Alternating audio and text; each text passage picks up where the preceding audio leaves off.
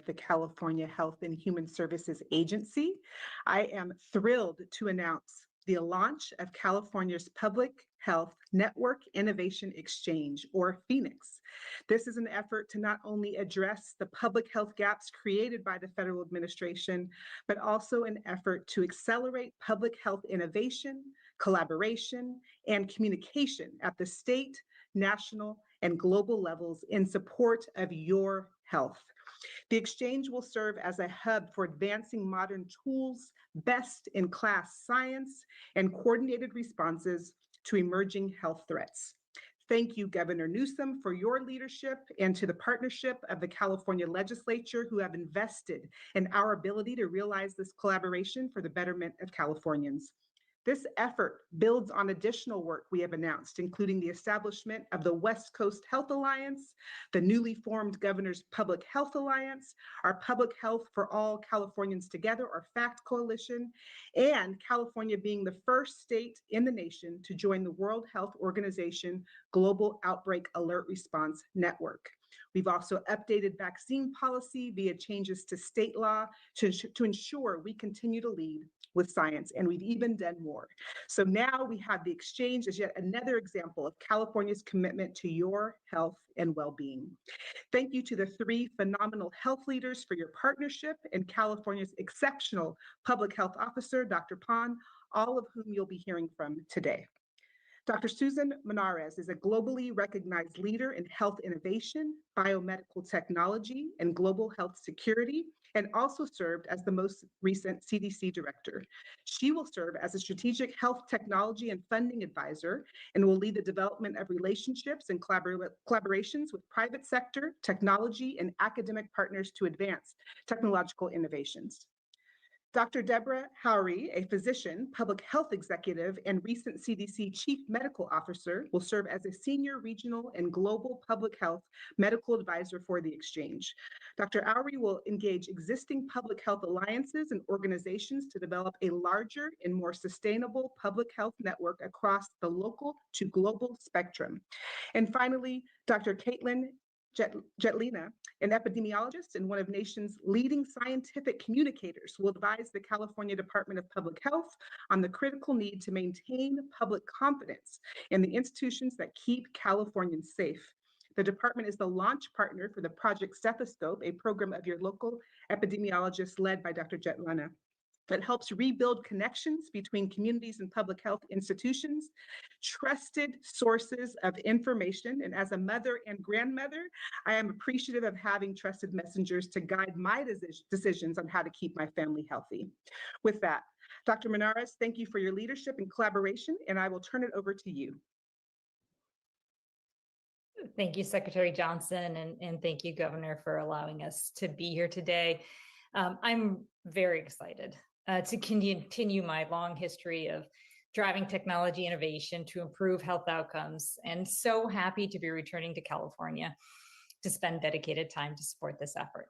As Secretary Johnson has outlined, Phoenix, the Public Health Network Innovation Exchange, lays the foundation of a new future of public health in California. When it comes to health technology and innovation, California is uniquely positioned to lead this moment. California is home to many of the world's largest AI and technology companies, thousands of biotechnology and life sciences companies, and dozens of globally recognized academic and research institutions. California is also so fortunate to have some of the world's leading private and philanthropic investors, collectively supporting billions of dollars in health technology innovation across the state and around the world. Aligned with the overall goals of Phoenix, I will provide California with support to harness these extraordinary assets by working alongside non-government investment and innovation partners to transform California's health ecosystem.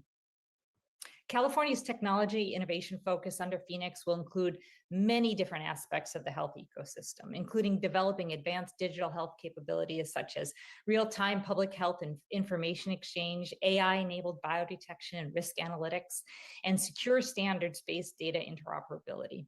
Along these lines, this effort will accelerate California's data modernization efforts, developing new technologies that will replace fragmented manual processes with scalable cloud-based interoperable infrastructure. Many of these capabilities developed under this initiative will also strengthen global health security by enabling faster detection, information sharing, and coordinated response to emerging health threats. California is leading the way to no longer sit on the sidelines and hope for a better future. California is investing and innovating now to build the public health systems that will protect lives, strengthen communities, and create a future in which all Californians can thrive. I'm very, very excited to be participating. Thank you very much. And now I will turn it over to Dr. Deb Oury, who until very recently served as CDC's Chief Medical Officer, and I'm so excited to be working with her again. Dr. Oury. Thank you, Susan, and it's great to be working with this really phenomenal team. California is stepping forward at such a pivotal moment, positioning itself not only protect its own communities, but really to serve as a model for how states can lead together in an era of shifting federal priorities, constrained resources, and evolving health threats. Rather than waiting for uncertainty to define the future, California is investing now in leadership, innovation, and collaboration, creating approaches that can be adapted and scaled by other states across the nation. California has a unique opportunity to demonstrate what is possible when states lead together. This work is intentionally designed to partner with other states across regions and across political lines so that we can strengthen public health in a way that is collaborative, practical, and grounded in shared challenges. In partnership with other states, Phoenix will explore shared information exchange frameworks that allow for faster detection, clearer situational awareness, and more coordinated responses to emerging threats. Phoenix will also focus on optimizing regional efficiencies because we know that not every capability needs to be duplicated in every state. This includes exploring regional approaches to specialized laboratory testing, advanced analytics, and evidence-based public health guidance that can be shared across states to improve speed, quality, and sustainability. And finally, at the global level, these efforts will improve visibility into emerging health threats and strengthen cross-border information sharing and preparedness. And with that, I'm now delighted to introduce Dr. Caitlin Jetelina, the founder and CEO of Your Local Epi. Thank you, Deb. And hello, everyone. Thanks for having me. I'm Caitlin Jetelina. I'm a mom. I'm a San Diegan. I'm an epidemiologist and scientific communicator, and I am so excited to be working again with my colleagues in California after advising 3 CDC directors. There are 2 things unmistakably clear right now. One is that Americans are living in a chaotic health information environment. Countering falsehoods and rumors, and especially those coming from the highest levels of federal leadership, is essential because too often patients and communities are forced to sort through the noise without support. But this is also not enough. Americans also need an offense. Our health systems were built for another time, and they must be reimagined for the 21st century. So this means actually responding to what people are experiencing on the ground. It means elevating lived experiences. It means anticipating needs. And it means meeting people where they are. So this is what I've been building at Your Local Epidemiologist for the past 6 years, is a stronger connective tissue between scientists and experts and institutions and the people those systems are meant to serve. So while Erica Pond and Deb and Susan strengthen data systems and build on incredible innovation, my team is focused on this last final mile, ensuring these advances reach, reflect, and respond to Californians themselves.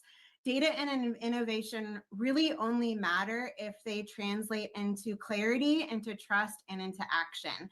Something that people see themselves in and feel right where they live. So in California, we are going to be listening more closely to the health questions and confusion and frustrations as they emerge in communities. We are partnering with trusted messengers across the state, and we will be empowering individuals with clear health information to make decisions for themselves and their loved ones. We are all together stepping up to create a health ecosystem that puts people first, and I am ecstatic to be a part of it. Now I will turn over to Dr. Erica Pon, our fierce leader in this movement. Erica, on to you. Thank you so much, Caitlin. I am very lucky to lead this incredible health department where we have experienced and dedicated teams who serve Californians every single day. We already leverage the deep public health and scientific expertise within our state and local health departments and across our state to protect and promote healthy communities. And now, during this current uncertainty and instability in our federal health landscape, it is more important than ever for us to strengthen our partnerships and with others around the nation and the globe, and to forge cross-sector collaborations to transform and move public health forward. I am absolutely thrilled to work with these phenomenal leaders to innovate, collaborate, and communicate. Together, we will strengthen and create a network of networks that will focus on innovation, developing advanced tools and funding frameworks to secure a sustainable future to keep our communities healthy. By rethinking how we continue towards our vision for thriving families and individuals in the current environment, we will identify approaches that others can adapt to effectively address challenges in public health and prevention in a coordinated way across health and other sectors from a local to global perspective. It's also a top priority of mine to work with these and other partners to increase, improve, and change the way we communicate, to listen to our community, and provide the information people need and want to empower themselves to make healthy choices for themselves and the people they love. By working with these three national health leaders to advise us, we will continue to ensure that public health strategies are based on the best available science and tools. Together, we will set a vision and set the stage, advancing model public health systems for the nation. With that, I will turn it over to Governor Newsom. Thank you. Thank you, Erica. Thank you to all these extraordinary leaders, all five of you. I'm humbled and gratified by not only the fact that you've assembled here today and have organized a framework that we are advancing in this news conference, but all of your demonstrable leadership over the course of many, many years. And, you know, just looking at five leaders who all happen to be women, I just say this: women rule. We're deeply, deeply blessed by your example and your willingness to engage at this critical time. Look, I think you've all said what needed to be said around the issues of truth and trust and noise and anxiety and all the stacking of stress that particularly parents feel. I appreciate Caitlin saying, first and foremost, she's a mother. Well, I'll say reciprocate in context of just being a father of four young kids, a 9 to 16-year-old that went through the vaccine protocols, that went through COVID together, that continue to try to reconcile the world we're living in, where we see this assault on science and truth and trust, where we're seeing scientific inquiry being attacked. We're seeing the CDC itself kneecapped by this administration, mass firings, massive budget cuts, indiscriminate budget cuts, politically motivated targeting of individuals that speak truth and stand up tall, pushing back against the ideology that seems to have now entered in at next level and scale into our public discourse. And so we felt a sense of responsibility, a sense of accountability in the spirit of Isaiah. We need to be repairers of the breach. And as Caitlin also referenced, we also felt we needed to do more than just play defense. We needed to get on the offense. In that spirit, during COVID, we created the West Coast Alliance, which was around a West Coast offense in the vernacular of the great Coach Walsh here in California. And we aligned with some of our Western leaders, and we've tried to replicate, we've tried to braid that back together, knit that back together by getting the benefits, not only of the leadership up in Oregon and Washington, but also in Hawaii as well. And it's all about partnership. It's all about building capacity. It is about, it was said, networks of networks. It's about data. It's about transparency. It's about stress testing what we're being told, what we're being fed. And it's about being responsible to do better and do more. And we also recognize we need to do more as it relates to innovation and bringing that entrepreneurial mindset. I love that. I mean, Susan, come on, she was doing ARPA and all this next level innovation. That's what we need. And we were out, we saw that she was moving on, and we immediately reached out and said, hey, are you available to talk? And here we are, the fruits of those conversations. She said, don't stop with me. What about Deb? Just incredible leader that's been there for years and years and years. And the fact that Deb was available, and we needed someone to translate to human so much of this. And Caitlin, thank you again for doing that. It gets so complicated, and it just adds to our anxiety and stress in this space. And so when you add all those things together, this opportunity to focus on innovation, focus on networking partnerships, and to focus that three-legged stool on being able to communicate a sense of well-being and address all the anxiety that people are feeling. It presented itself anew with this partnership. We were able to sneak in some money in last year's budget in anticipation of this opportunity. And here we are at such a precious and potent and powerful time. There's not a day there's not a week that goes by where someone honestly doesn't come up and say, I don't know what to do with it. Hepatitis B being assaulted, all these vaccines, and measles is presenting itself anew. All the anxiety that people are feeling, the confusion they're feeling. They said, well, what can we do? And this is exactly the answer to that question. This is what we can do. We can provide that platform to rebuild trust and provide it on the biggest stage outside the CDC itself in America. It's California, where the size of 21 state populations combined. There's no infrastructure of health investment anywhere in this country that is at the size, scope, and scale of the state of California. And we punch above our weight. And that's why I'm also proud, and I appreciate Kim referencing the fact that we're asserting ourselves globally in this unique partnership we've created, only state in the country that's been able to do that with the World Health Organization as well. Again, filling voids. We're not trying to replicate anything at scale. We're not naive about the size of the federal government. It's not a shadow CDC we're creating, but it's a shield to what's going on. And it's a way of answering the question of, instead of having indignation, it's about leading with innovation. It's about fundamentally being held to a higher level of accountability at a critical and important time in our nation's history. And I'll close on this. As a parent, I mean, we're standing with nurses, we're standing with doctors, we're standing with physicians, we're standing with the scientists, and we're standing up for patients. That's what this is all about. And we're trying to just cut through all the BS that's going on in Washington, D.C., and the vandalism and the wrecking ball on truth and trust that is occurring in real time. Evidence-based, science-backed, with humility and grace. Again, it's about the best available science, and it's always about looking back and how can we do more? How can we be better?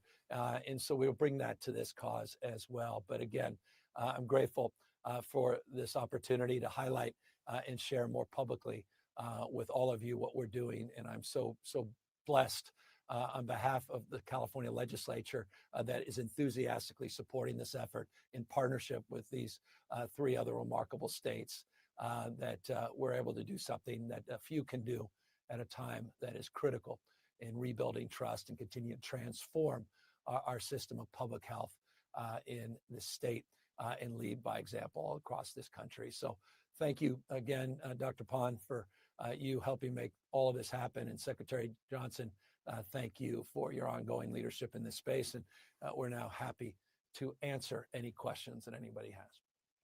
We'll now transition to the Q&A portion of the program. If you are a member of the media and you would like to ask a question, please click the raise hand icon at the bottom of your screen and then unmute yourself when called upon. If we are unable to get to every question, please email your question to govpressoffice@gov.ca.gov following the conclusion of the press conference. With that, our first individual in queue is Alex Michelson with CNN. Hi, Governor. Alex Michelson here. I have two questions, one on topic and one off topic. In terms of on topic, if you can just talk more broadly about the concept of trust itself. and how you're thinking about that in this time of so much disinformation and AI and so much confusion. And the off-topic one is, can you expand upon your feelings about Rob Reiner and his impact on California, on politics, on the Democratic Party, and your relationship with him?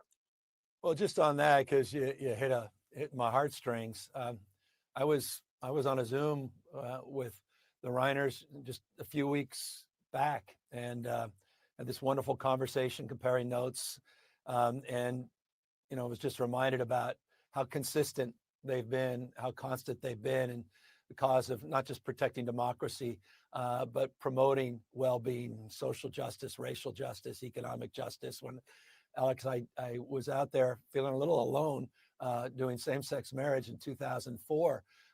It was Rob who reached out. It's how I got to know him, saying he had my back at a time when a lot of members of my own party, the Democratic Party, didn't. And so he's been a friend for decades. And he's actually was their co-host on an event that I'm doing later this week. So it just breaks my heart. And I don't know enough. We don't know enough. But if, indeed, an own member of their own family, how do you unpack that? And, that just hits home in every way, shape, or form in terms of, again, what we're even fighting for here today.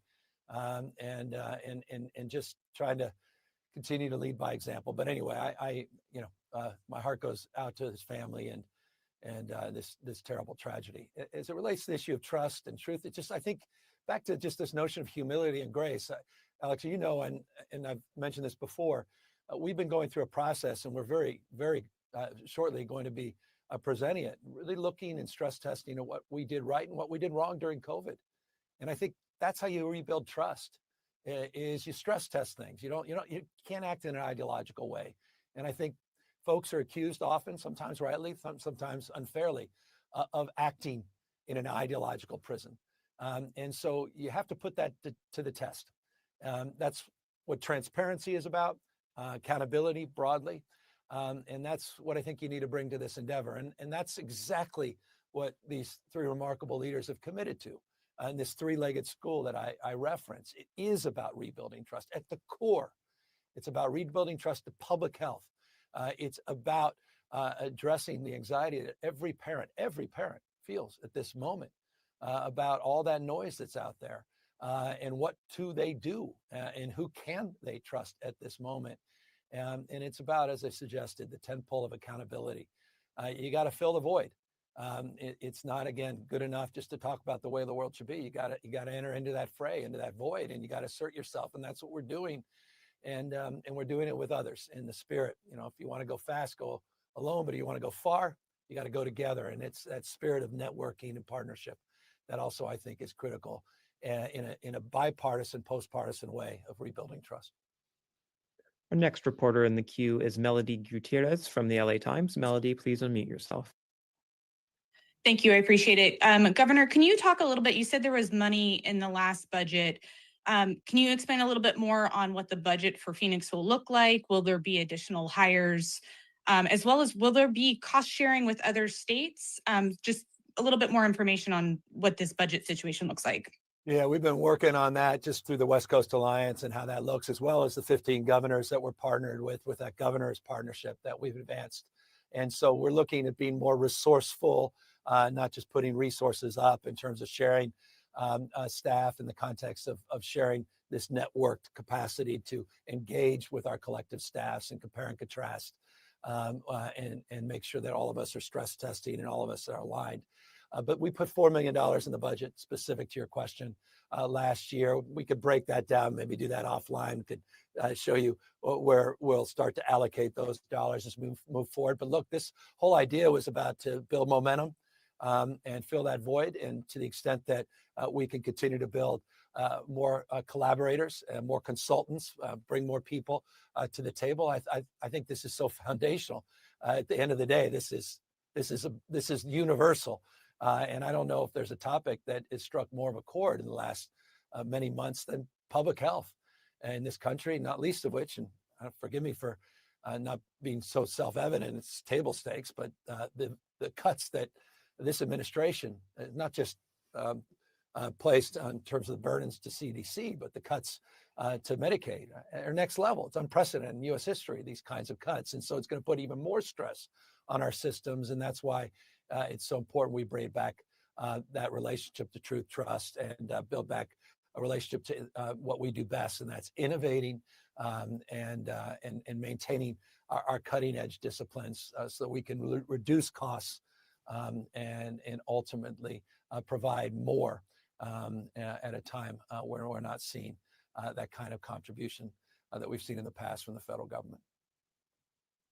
Our next question comes from Rachel Bluth at Politico. Rachel, please unmute yourself. Hi, thanks so much for taking our questions. I have two. First, Governor, if you could give us some specifics on what exactly this program, this partnership or network is going to do that the state of California isn't already doing in terms of gathering and sharing information and innovating. And also for Dr. Monarez, I'm wondering if you could tell us what you're thinking of ACIP's new Hep B recommendations on vaccines. I would love to get your thoughts on that. Thanks. I appreciate it. And I'll circle back after you talk to Susan and Erica. But Erica, you and I were describing behind their back this dream team, and that's how we describe these three remarkable leaders. And you started to initiate these conversations in terms of the things that we're out there constantly looking at stress testing, getting consultants. We hire more formally consultants. We always are looking for advice and counsel, fresh set of perspectives, fresh set of eyes. But Erica, perhaps you can walk in more detail as you scope out, as you have scoped out the relationship to these three new roles that we've identified.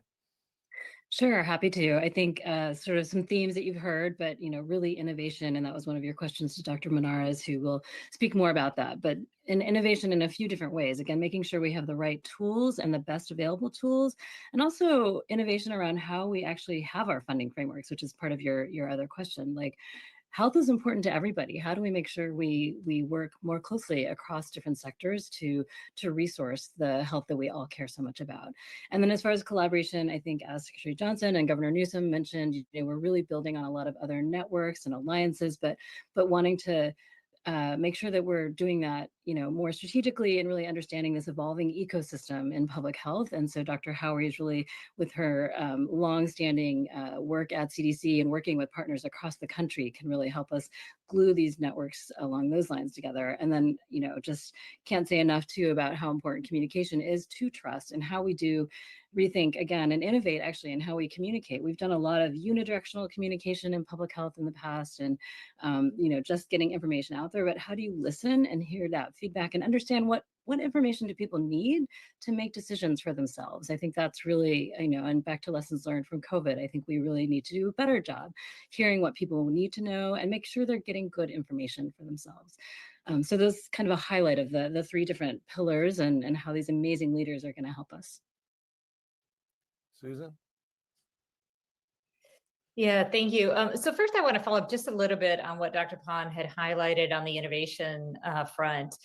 As the governor mentioned in his opening remarks, I have spent a great deal of my career focused on science, technology, innovation, and adopting it to practice and to create better health outcomes. And so what Dr. Pond and Secretary Johnson and Governor Newsom have allowed is for a new model to be able to leverage all of those incredible assets that California has in biotechnology and in biotech and the incredible investor and philanthropic communities that are in California, and creating new public-private partnerships to accelerate technologies in alignment with some of our biggest health challenges and get them from development into operations. And so that's a lot of the work that I'll be doing to help support California. And again, having spent many years there quite some time ago, and now coming back to California, you can feel that there's just really transformation that is at the ready. And so excited to help accelerate this initiative. Regarding the ACIP, and I certainly will want Dr. Howery to chime in here as well. as you know, I am very concerned about any type of decision making that is not predicated on science and data and evidence. And what I think we're seeing now is even within the ACIP members themselves, the discord between whether or not sufficient science and evidence is being brought forward in a defensible, incredible way to make these really difficult decisions, these difficult recommendations that will impact the lives of families and of children, and making sure that if there is not sufficient science and evidence to go forward with those decisions, that you do have other sources like what's happening in California and other states to be able to take a step back and say, wait, we don't agree with what's happening because we don't see the science and the evidence that's being put forward. And so whether it's Hep B or any of the decisions that are being promulgated through the ACIP, I would encourage everyone to make sure that they understand the science, understand the data, understand the evidence, and before accepting a recommendation and following through on whatever may cascade downstream from that, is being able to work with credible sources to be able to really ensure that the right data and evidence is being used to support those decision makings. But I want to make sure that Dr. Oury has an opportunity to also chime in here. Thanks, Susan. And what I would say is it comes down to data, science, and protecting kids, right? That's what we all want to do. The data and science shows that if you delay the hepatitis B vaccine by 2 months, you're going to get 1,400 additional cases of hepatitis and liver disease and up to 400 additional deaths. So to me, that's heartbreaking, it's devastating, and it's wrong. We should be letting science and data drive what we do to take care of patients. The other thing too is for this vaccine committee meeting, there was no new data, no new safety signals, really no reason to reevaluate. That's what's concerning to me, is if we're going to reevaluate the childhood vaccine schedule or anything else, we need to do it based on new science and not relitigating things or bringing ideology into it. We all want to make sure that kids live safe, really fulfilling lives. And I want to thank the governor and Dr. Pond for their statement, following the science and the data and rejecting the hepatitis B recommendation from ACIP. Well said. Our next question in queue goes to Kristen Wong with Cal Matters. Kristen, if you could please unmute yourself. Thank you, Governor, for taking these questions. I have two questions that kind of dovetail together on the technology side, and then I have a separate question. The two technology questions are sort of, can you give me an example or a specific sort of goal or problem that this initiative is going to try and address? And then the dovetailing question is, like, does that build upon, or how does this work with the future of public health work that has already been done in California? Yeah. And then my separate question, I apologize, is just that, public health, particularly when it comes to infectious disease, is very hard to do in a bubble. And so have other states or groups already agreed to partner with California in this effort? Yeah, I see. Erica, why don't you jump in, and then I'll build on your comments, because I know you have very specific things you want to add. Sure. I think just to really highlight, what's really clear, and actually building on future of public health, is we have gained a lot as far as improving the ways healthcare reports data to public health, and how we also want to improve how we get data back to healthcare. So, when you're have a case of measles, for example, that needs to get reported to a local health department. That local health department needs to act on that. They need to find out who was exposed to measles. Were there any pregnant women? Were there any babies?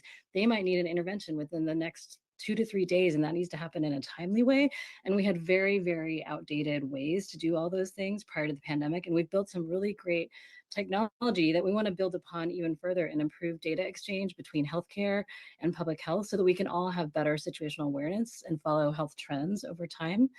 And then just to briefly touch on, we already, as mentioned, have been working a lot with other states, and already prior to all of this have worked with those states as well. But we certainly want to make sure that we develop tools that can be scalable and used in other states and really more consistent across different states. Right now, we do have a hodgepodge, across the country of how we're doing this. And we really want to not only not get left behind, but accelerate some innovation in this way to, again, improve healthcare sort of and an awareness and reporting that is already helping us respond more quickly to outbreaks and measles, whooping cough. All those kinds of things are really important for public health to be able to respond to quickly, and for us to know where are the biggest health problems and how do we help prioritize our resources to address them. And just into the collaborative frame, it's interesting. Just even this morning, may get them in trouble, but full disclosure, Josh Green reached out from Hawaii to the group with Bob Ferguson and Tina, myself. Our chiefs of staff meet consistently. The Reproductive Freedom Alliance, this healthcare alliance, was formed out of a similar collaborative, which has even more governors in more states. We're collaborating with the East Coast. There's a framework along the lines of what we're doing on the East Coast, and we're collaborating with them. It's all in that spirit of partnership. And the great thing is it's really taking shape organically, bottom up. And it's happening at the staff level in a very meaningful and substantive way. And I think this just portends opportunity to get it to even a totally different level. And that goes to the spirit of the first part of your question. Look, California is very prideful on its innovation. We're doing more on Gen AI in this space than any other large state in the country, but we can do more still. Amy Tong is part of this, which is our innovation, former ODI Data Innovation Officer. She's going to be leading a lot of these efforts in collaboration, coordination with this team. But we're bringing next level talent and understanding of a national perspective that is just a wealth of information and insight into what's going on at the CDC or what's no longer going on that will help us take this even further. Our Office of Healthcare Affordability also can be aided and abetted through a lot of this as we're trying to do numeric goals in terms of setting criteria to start really looking at costs, reducing costs. That's what our $11 insulin's about. It's not about subsidizing costs, it's about lowering costs, reducing costs. So it's all in that spirit that we're trying to bring to this. Susan's ability to reach out to the folks at the UC system and to talk about that translational capacity of research into the commercial side of things, the ability to reach out to philanthropy and those engagements she's already had in the past, same with Deb, that just presents itself anew. And anyone that's watched Caitlin and her ability to communicate, we just sit there and go, I mean, it's like a go-to site for all of us. And we're already learning from her, but it's always a day or two behind. Now we're going to get the benefit and help shape some of that conversation and comms. And I think it's so, I'll tell you, you'll see a lot of that coming out of the COVID report, the after action, how powerfully important communication is in this space to push back against lies and ideology, conspiracy theorists and the like. And again, to guide the science and guide good and appropriate decision making. We'll have time for 2 more questions. Our next question in the queue goes to Ashley Zavala. Ashley, please unmute yourself. Hi, Governor. I also have an off-topic question, but it's a timely one, given that the federal court battle over Proposition 50 started today. And I just wanted to get your take and just confirmation that Democratic attorneys, I should say, arguing this on behalf of Democrats, have essentially tried to keep Paul Mitchell from testifying and have signaled to the court that they basically don't want that to happen. I just want to make sure that's something you're okay with, that the map drawer of Prop 50 isn't giving federal judges insight into the process or the thinking behind the drawing of the maps. And second, just any other thoughts you have on this court case as it moves forward. I'm just confident we're going to win on the merits. The people of the state of California overwhelmingly supported redrawing these maps. I think the case was made even stronger by the Supreme Court, where they upheld the maps in Texas. If you look at the language of a number of the judges, where they referenced the partisan nature of what we did in California to make the case that Texas was moving in a similar manner, only reinforces that confidence. As it relates to litigation strategy, I leave that to the lawyers. I know my status, and it is not as illegal expert. That's why we hire them. And to the extent that they're presenting a strategy or a case and the details and nuances related to that, I defer to them in that respect. But we're very confident that we'll be successful in this endeavor. And may I say, just to sort of connect it back to this larger endeavor, I think this is reflective of that effort as well. That we're not just wringing our hands right now. We're fighting back. We're being a positive alternative to what's happening in Washington, D.C., not just rhetorically, not just style, but substance. And this is a substantive response to what is not happening in Washington.